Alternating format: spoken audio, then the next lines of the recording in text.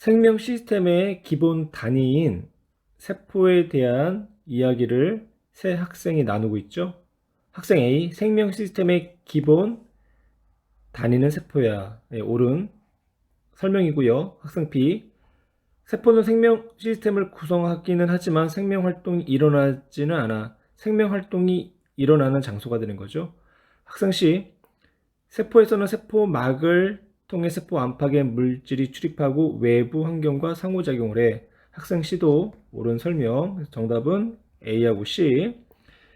세포는 생명 시스템의 구조적이고 기능적인 기본 단위가 되는 거고요. 그리고 세포는 다양한 세포 소기관이 있어서 생명 활동이 일어나고 있어요. 이렇게 생명 활동이 일어나는 하나의 시스템이 되는 거고, 또 세포는 세포막으로 둘러싸여 있기 때문에 이 막을 통해 물질 출입을 조절하고 또한 외부 환경과 상호작용을 하게 되는 거죠. 식물세포의 구조를 나타낸 것이다. A, 핵이 되는 거고요. 핵은 DNA가 있기 때문에 생명 활동을 조절하는 장소. B는 액포가 되는 거죠. 이제 식물 세포의 경우 이제 물이나 색소 등을 이제 저장하고, 또한 이제 성숙한 식물 세포일수록 액포의 크기는 더 크게 발달한다는 거. C는 미토콘드리아, 세포호흡이 일어나는 장소가 되는 거죠. 그래서 생명 활동에 필요한 에너지를 생산하는 장소가 되는 거고, D는 엽록체.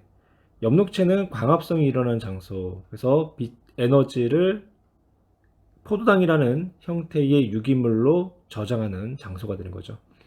이는 리보솜, 단백질이 합성되는 장소. 이에 대한 설명으로 옳지 않은 것은 A, 유전물질이 들어있다. 예, 옳은 내용이 되는 거고, B는 액포, 단백질을 저장한다. 단백질을 저장한 후 막으로 싸서 분비하는 세포 소기관이 있죠. 골지체. 그래서 2번은 옳지 않은 내용. 3번, C는 산소를 소모하고 이산화탄소를 발생한다. 세포흡결과 포도당이 산소와 반응하여 이산화탄소하고 물이 생성되죠. 그 과정 중에 에너지가 발생하는 거고, 옳은 내용. D는 빛 에너지를 화학 에너지로 전환한다. 예, 빛 에너지를 포도당이라는 화학 에너지로 저장을 하고요. E는 유전 정보가 번역되는 장소다. 예, 메신저 RNA, 즉 RNA의 유전 정보를 리보솜에서 번역을 하죠. 그 번역하는 과정 중에 펩타이드 결합이 형성되고, 그럼으로써 단백질이 합성이 되는 거고요. 그래서 5번도 옳은 내용. 설명하고 있는 세포 소기관의 이름을 쓰시오. 막으로 둘러싸인 납작한 모양의 여러 층이 포개져 있는 모양.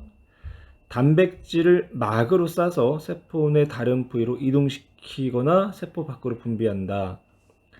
골지체가 되는 거죠. 골지체. 간은 동물 세포의 구조를 나눈 생명체를 구성하는 물질 세 가지를 구분한 것이다. A는 세포, 마, B는 리보솜, C는 핵이 되는 거죠. 인지질, DNA, 단백질, 이중나선 구조인가 DNA가 되는 거고, 나 펩타이드 결합을 하고 있는가, 니은 단백질. 그러면 자연스럽게 디귿은 인지질이 되는 거죠. 보기 기억. A, 세포막의 주성분은 니은 단백질과 인지질. 예, 옳은 내용이 되는 거고, 니은. B, 리보솜에서는 DNA를 합성하는 게 아니라 니은인 단백질을 합성하는 거죠. 다음 C에는, 핵에는 단백질을 포함하지 않는다. 핵 속의 유전물질은요, 염색체 내에 있는 거죠. 근데 이 염색체는 뉴클레오솜에 의해서 이루어졌고, 뉴클레오솜은 DNA와 히스톤 단백질로 구성이 되어 있잖아요. 그래서 단백질과 결합한 상태로 존재를 하기 때문에 DNA가 핵 속에는 단백질이 있다라고 이야기할 수 있고요. 또 핵 속에 DNA가 복제가 되고 RNA로 전사가 되는 과정 중에 필요한 효소들이 있거든요. 근데 그 효소들 또한 단백질이기 때문에 단백질을 포함하고 있다라고 이야기를 해야 되겠네요. 따라서 정답은 1번. 세포막을 통한 물질 A, B, C의 이동을 나타냈고요. A, B, C 셋 다 농도가 높은 쪽에서 농도가 낮은 쪽으로 이동하는 거죠. 이런 이동 방식을 확산이라고 하고요. 확산은 세포 안과 밖의 농도 차이가 클수록 빠르게 이동해요. 그래서 농도차의 길기에 의해서 물질이 이동한다라고 표현하는 거죠. A하고 C는 막단백질을 통해서 물질이 이동하죠. 이런 확산을 촉진 확산이다라고도 하고요. 또한 단백질 통로에 의해서 이동한다라고 해서 통로에 의한 확산이다라는 표현을 쓰기도 해요. B는 인지질 이중층을 통해서 농도가 높은 쪽에서 낮은 쪽으로 이동하는 단순 확산이다라고 표현을 하고요. 보기 A는 막단백질을 통해 확산된다. 예, A하고 C는 막단백질을 통한 확산이죠. 그래서 옳은 내용. 니은 B는 세포 안팎의 농도차가 클수록 확산은 농도의 기울기 차이에 의해서 일어나기 때문에 니은 옳은 내용이 되는 거고, 세포 호흡으로 생성된 이산화탄소는 C와 같은 방식으로 세포 밖으로 이동한다. 분자량이 매우 작은 기체나 혹은 지용성 물질들은요, 단순 확산, B의 형태로 운반이 돼요. 그래서 이산화탄소나 이제 산소는 B, 단순 확산을 통해서 이동을 한다. 그래서 디귿은 옳지 않은 내용. 정답은 기억과 니은. 동물세포인 적혈구가 농도가 다른 설탕 용액에 각각 넣었을 때의 결과인데요. 간은 변화가 없었죠. 그래서 이 용액은 적혈구와 농도 같은 등장액이 되는 거고, 나의 경우는 적혈구의 크기가 커졌죠. 그러니까 용액의 용매인 물이 적혈구 안으로 들어오는 양이 적혈구 안에 들어있던 물이 밖으로 나간 양보다 많기 때문에 이렇게 적혈구의 크기가 커지는 현상이 나타난 거예요. 그래서 이거는 저장액에 들어갔다라고 볼 수 있고요. 단은 적혈구의 크기가 줄어들었죠. 그러니까 적혈구 안에 있는 물이 밖으로 나간 양이 더 많다. 그래서 이 용액은 고장액이 된다. 보기 볼까요? 설탕 용액의 농도는 다가 가장 높고요. 그 다음에 가, 나 순서가 되는 거죠. 기억은 옳지 않은 내용. 니은 세포막을 통해 적혈구 안으로 들어오는 물의 양은 나에서가 가장 많다. 그렇죠? 세포막을 통해 적혈구 안으로 들어오는 물의 양이 가장 많았기 때문에 적혈구의 부피가 커지게 된 거고, 디귿 다에서는 적혈구의 세포질에 있는 세포 소기관이 세포 밖으로 빠져 나간다. 세포 소기관은요, 크기가 크기 때문에 세포막을 통해서 이동할 수가 없어요. 정답은 2번. 양피 표피 조직, 즉 식물세포를 이용한 실험과 그 결과를 나타낸 거고요. 붉은 양파의 표피 조각을 각각 증류수, 그리고 10% 설탕용액, 20% 설탕용액에 10분 동안 넣어 두었다가 현미경으로 관찰한 결과가 아래와 같이 나타났고요. 간은 세포의 크기의 변화가 없었어요. 그래서 즉 간은 등장액에다가 식물세포를 이제 집어넣었다는 얘기가 되는 거고, 나는 세포의 크기가 줄어들었죠. 그래서 세포벽과 세포막이 분리가 된 원형질 분리라는 현상이 일어난 거예요. 그러니까 이 경우에는 고장액에다 집어넣었을 때, 농도가 높은 용액에다 집어넣었을 때가 되는 거고, 다의 경우는 세포의 크기가 증가한 거죠. 그래서 이거는 저장액에 집어넣었을 때 나타날 수 있는 현상이 돼요. 그래서 저장액은 증류수가 되는 거고요. 그리고 고장액은 20% 설탕 용액, 그리고 등장액은 10% 설탕 용액이 되겠네요. 보기에 이제 기억. 20% 설탕 용액에 넣어둔 것은 가가 아니라 이제 나가 되는 거고요. 세포 밖으로 이동한 물의 양은, 세포 밖으로 이동한 물의 양이 가장 많다라는 것은 그만큼 세포의 크기가 줄어들어야 되겠죠. 그래서 고장액에 들어온 나가 되는 거고, 세포 안으로 이동하는 설탕의 양은, 설탕은요 세포막의 이동 통로보다 크기가 크기 때문에 세포막의 이동 통로를 통해서는 이동을 할 수가 없어요. 그래서 세포 안으로 이동하는 설탕의 양은 양 자체가 없다. 그래서 디귿은 옳지 않은 내용. 정답은 2번. 생명체 내에서 일어나는 두 가지 화학 반응, 즉 물질 대사를 이야기하는 거죠. 간은 분자량이 작은 물질이 분자량이 큰 물질이 되는 합성하는 과정, 즉 동화작용이 되는 거고, 나는 분자량이 큰 물질이 분자량이 작은 물질로 분해되는 이와 작용이 되겠네요. 동화작용 과정을 통해서는 외부에서 에너지가 흡수가 되고, 이화작용을 통해서는 에너지가 방출이 된다라고 얘기를 했어요. 보기의 기억. 간은 고분자 화합물이 형성되는 동화작용 옳은 내용이 되는 거고요. 니은 나에서 엿당의 생성량이 증가할수록 효소 A의 양은 감소한다. 효소는 반응 전후에 변하지 않죠. 그래서 엿당의 생성량이 증가해도 효소 A의 양은 변하지 않는다라고 표현을 하셔야 되고요. 디귿 가 반응이 일어날 때 에너지가 방출되는 게 아니라 흡수가 되는 거고, 나 반응이랄 때는 에너지가 흡수가 아니라 방출되는 거죠. 따라서 정답은 기억. 연소와 세포 호흡을 통한 포도당이 분해되는 과정을 나타내는데요. 연소와 세포 호흡에서의 포도당의 분해 과정 중 공통점은요, 이산화탄소와 물과 그리고 동일한 양의 에너지가 생성된다라는 거고요. 그리고 분해되는 과정 중에 산소가 필요하다라는 거. 차이점을 보시면요, 연소는 포도당이 한 번에 이산화탄소하고 물로 이제 분해가 되지만, 포도당은 여러 단계를 거쳐서 최종적으로 물과 이산화탄소로 분해가 되죠. 이때 이런 여러 개의 단계를 거칠 수 있는 이유는 중간에 효소들이 관여를 하게 된다는 거예요. 그러면 세포호흡은 여러 종류의 효소에 의해서 여러 번에 걸쳐서 소량씩 에너지가 방출되는 과정이구나라는 것을 해석할 수가 있겠죠. 또한 차이점은 연소는 촉매가 필요가 없어요. 하지만 이렇게 생명체 안에서 일어나는 연소, 즉 세포호흡은 촉매, 즉 생체 촉매인 효소가 관여를 하게 된다는 거죠. 이에 대한 설명 중 옳지 않은 거. 1번, 연소와 세포호흡은 모두 산소를 필요로 하고요. 연소와 세포호흡에서 같은 양의 포도당으로부터 방출된 에너지 총량도 같아요. 연소는 한 번에 반응이 일어나고 세포호흡은 여러 단계에 걸쳐 반응이 일어나죠. 4번, 연소는 한 종류의 효소가 필요하고 세포호흡은 여러 종류의 효소가 필요하다. 세포호흡은 여러 종류의 효소가 필요해요. 하지만 연소는 촉매가 필요하지 않는다. 4번이 옳지 않은 내용.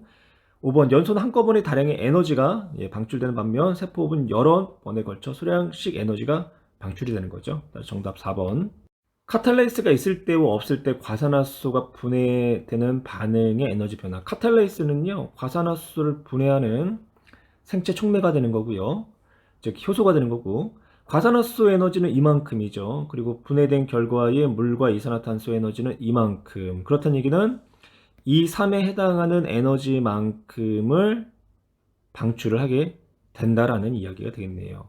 그리고 이제 여기 보시면 E2는 카탈레이스가 없을 때의 활성화 에너지, 그리고 E1은 카탈레이스가 있을 때의 활성화 에너지가 돼요. 보기, 과산화수소의 에너지량은 E3 더하기 E4다. 그렇죠? 에너지를 0으로 기준했을 때 이만큼에 해당하는 에너지가 과산화수소의 에너지이기 때문에 E4에다가 E3을 더해준 값이다. 니은 카탈레이스가 있을 때의 활성 에너지는 활성 에너지가 작은 E1이 되는 거죠. 과산화수소가 분해되는데 걸리는 시간은 카탈레이스가 있을 때와 없을 때가 같다. 카탈레이스가 있으면 있을수록 활성 에너지가 낮아지기 때문에 그만큼 반응 속도가 빠르다는 얘기죠. 그만큼 과산화수소가 분해되는데 걸리는 시간은 짧아진다. 그래서 이것은 옳지 않은 내용. 정답은 기억과 니은. 효소 X의 작용 과정을 나타냈고요. 효소 X가 반응 기질인 A와 결합을 해서 효소 기질 복합체를 형성을 했죠. 그리고 나서 생성물인 B하고 C가 생성이 된 후에 이 효소는 다시 재사용이 되는 그런 과정을 나타냈네요. 기억, 반응 후에 A의 양은 줄어들지 않는다. 반응물이 반응한 결과 생성물인 BC가 됐기 때문에 그 양은 줄어들어야겠죠. 그래서 반응물의 양은 줄어들고 생성물의 양은 늘어난다. 니은 Y, 효소이질 복합체의 생성량이 많을수록 반응 속도는 증가한다. 옳은 내용이 되는 거고요. 디귿, 효소 X는 흡열 반응을 촉매하는 효소이다. 이 반응은 분해되는 반응이죠. 즉 이화작용이죠. 이화작용은 발열 반응이 되겠네요. 그래서 발열 반응을 촉매하는 효소이다 라고 얘기를 해야 되고요. 따라서 정답은 1번.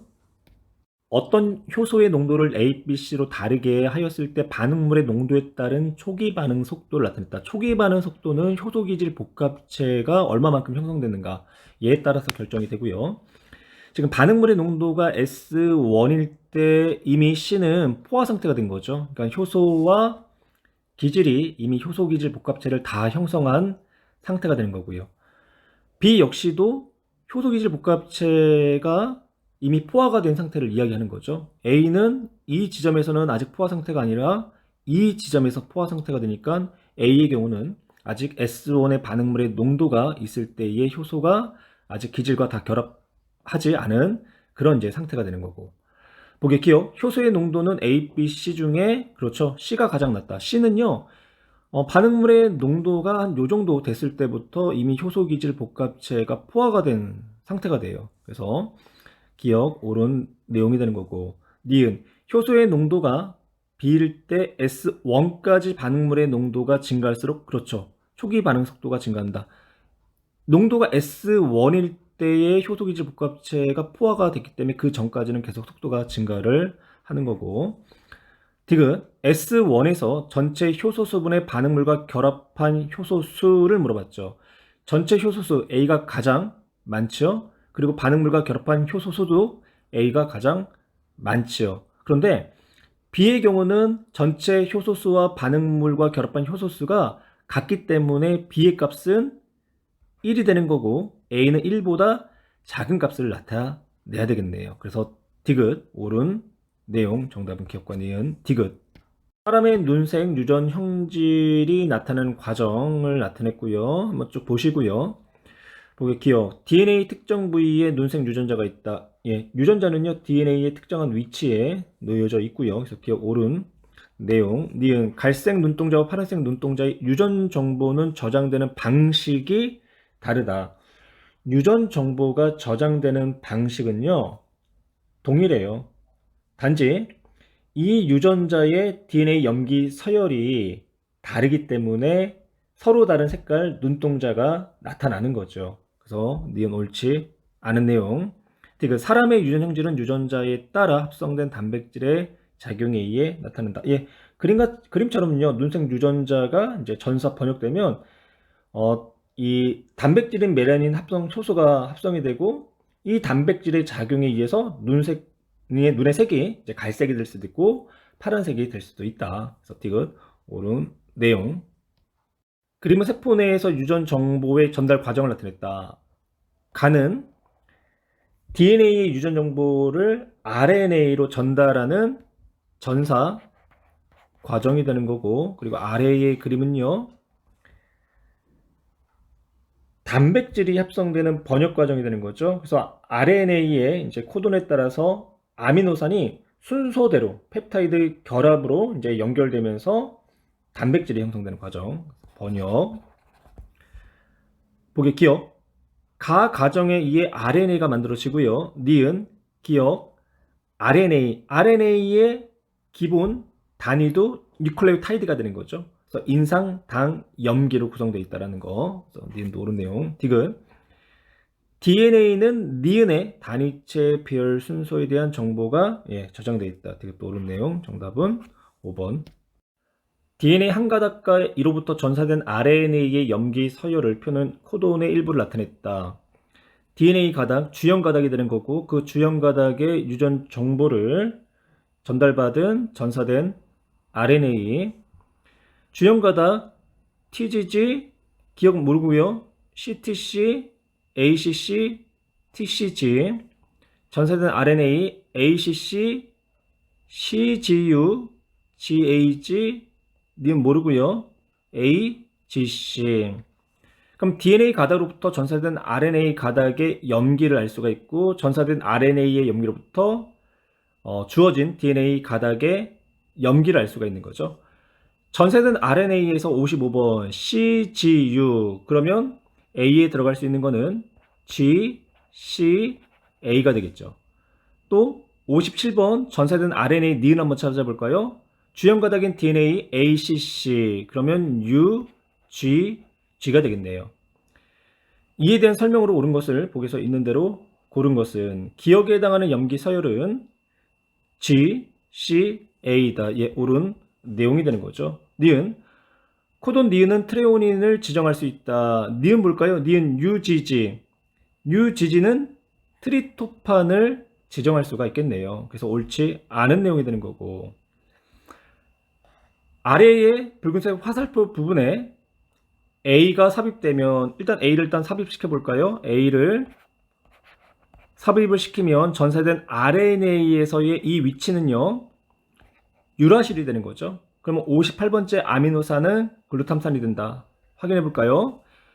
58번째 그러면 이게 57번째가 되는 거죠. 여기서 여기까지가 57번째 염기 서열 그리고 58번째가 GAG G가 되는 거죠. 그러면 GAG 글루탐산이 되겠네요. 그래서 58번째 아미노산은 글루탐산이 된다. 따라서 정답은 기억과 디귿. DNA 유전 정보로부터 단백질이 합성되는 과정을 나타냈고 가닥 1과 가닥 2에서의 염기 서열이 대칭적으로 표현되어 있죠. 그러면 가닥 2에서의 염기를 표현하면 A, C, G, G가 되는 거고 가닥 1은 A, G, T가 되는 거죠. RNA는요. 두 번째 코돈을 볼까요? 염기 서열이 CGG. 그러면 주형 가닥의 트리플렛 코드는 GCC가 되는 거죠. 그래서 가닥 1의 두 번째 트리플렛 코드가 GCC. 그래서 가닥 1이 주형 가닥이 되는 거고, 그러면 가닥 2는 가닥 1의 상보적인 가닥, 그리고 RNA도 주형 가닥인 가닥 1의 상보적인 가닥이 되죠. 그래서 주형 가닥으로부터 상보적인 DNA와 RNA의 염기 서열은 동일하죠. 대신 T민만 유라실로 이제 바뀌면 되는 거고요. 그래서 RNA의 염기 서열을 나타내면 T 대신 유라실 그대로 써주면 되죠. 아데닌, 유라실, 사이토신, 아데닌. 이해된 설명으로 옳지 않은 것은 가닥 1의 마지막 3개의 염기는 AGT다. 예, 마지막 3개의 AGT 옳은 내용이 되는 거고, 가닥 2에 비어있는 4개 염기 중 2개가 구안인이다. 볼까요? 예, 하나, 2개가 구안인이 되는 거고요. 아미노산 1을 지정하는 코돈은 AAU다. 아미노산 1을 지정하는 코돈 UUA가 되는 거죠. 그래서 옳지 않은 내용. RNA는 DNA 가닥 1로부터 전사되었다. 예, 주형 가닥은 가닥 1. 옳은 내용. 제시된 RNA에서 염기의 수는 유라실이 아데닌보다 많다. 한번 계산해 볼까요? 제시된 RNA 유라실 하나, 둘, 3개가 되는 거죠. 3개. 아데닌 하나, 2개. 예, 그래서 많다. 옳은 내용. 헤모글로빈 유전자를 구성하고 있는 염기 한 개가 바뀌었을 때 남모양 적혈구가 생기는 원리를 그림으로 나타냈고요. 여기 아래 보시면 코돈은 GAA는 글루탐산을 지정한다. 코돈은 RNA의 위치에 놓여 있는 거죠. 그래서 오른쪽에다 그림 한번 펴볼까요? 그래서 글루탐산을 지정하는 코돈은 GAA가 된다. 그러면 이거에 따른 상부적인 주형 가닥은요, 구안인 대신 사이토신이, 아데닌 대신 타이민이 오겠죠. 그래서 주형 가닥의 염기 서열, 즉 트리플렛 코드는 CTT가 돼야 돼요. 그러면 정상 헤모글로빈의 트리플렛 코드를 한번 찾아볼까요? 트리플렛 코드. 그러니까 순서대로 3개씩 이제 나누게 되면 이제 두 번째 글루탐산의 위치가 오는데 그때 CTT가 아래쪽이 되는 거죠. 그래서 아래쪽이 이쪽, 그러니까 여기가 주형 가닥이 되는 거고 그 위에 DNA 가닥은 이 주형 가닥의 상부적인 DNA 가닥이 된다. 그런데 T가 와야 될 자리에 누가 왔냐? 아데닌이 왔어요. 한번 위에다 써볼까요? 그래서 주형 가닥이 CTT가 와야 되는데 T의 자리에 A가 왔다. 그러면 RNA는 GUA가 되는 거죠. 그래서 결론적으로 이 GUA라는 코돈에 의해서 발린이 지정이 됐다라는 거예요. 그러다 보니까 비정상적인 헤모글로빈이 만들어졌다. 그래서 남모양 적혈구가 되었다라는 이야기가 되겠네요. 기억, 발린을 지정하는 코돈은 GUA가 되는 거죠. 그래서 기억, 옳지 않은 내용이 되는 거고요. 니은, 유전자 이상이 생기면 저장되는 정보가 달라질 수 있다. 예, 이렇게 염기 하나가 달라졌다고 해서, 바뀌었다고 해서 이렇게 아미노산이 다른 아미노산으로 지정을 받았고 그에 따라서 적혈구의 모양이 바뀌게 된 거죠. 그래서 니은, 옳은 내용. 디귿, 아미노산 배열 순서에 따라서 단백질의 종류와 특성이 결정된다. 예, 우리가 더 이제 생각할 수 있는 거는 이렇게 순서에 따라서 종류와 특성이 결정되고 또한 아미노산 하나만 달라져도요 정상적인 기능을 하지 못하는 단백질이 만들어질 수 있다는 거, 그리고 그에 따라서 유전 질환이 나타날 수 있다는 거죠. 디귿, 옳은 내용.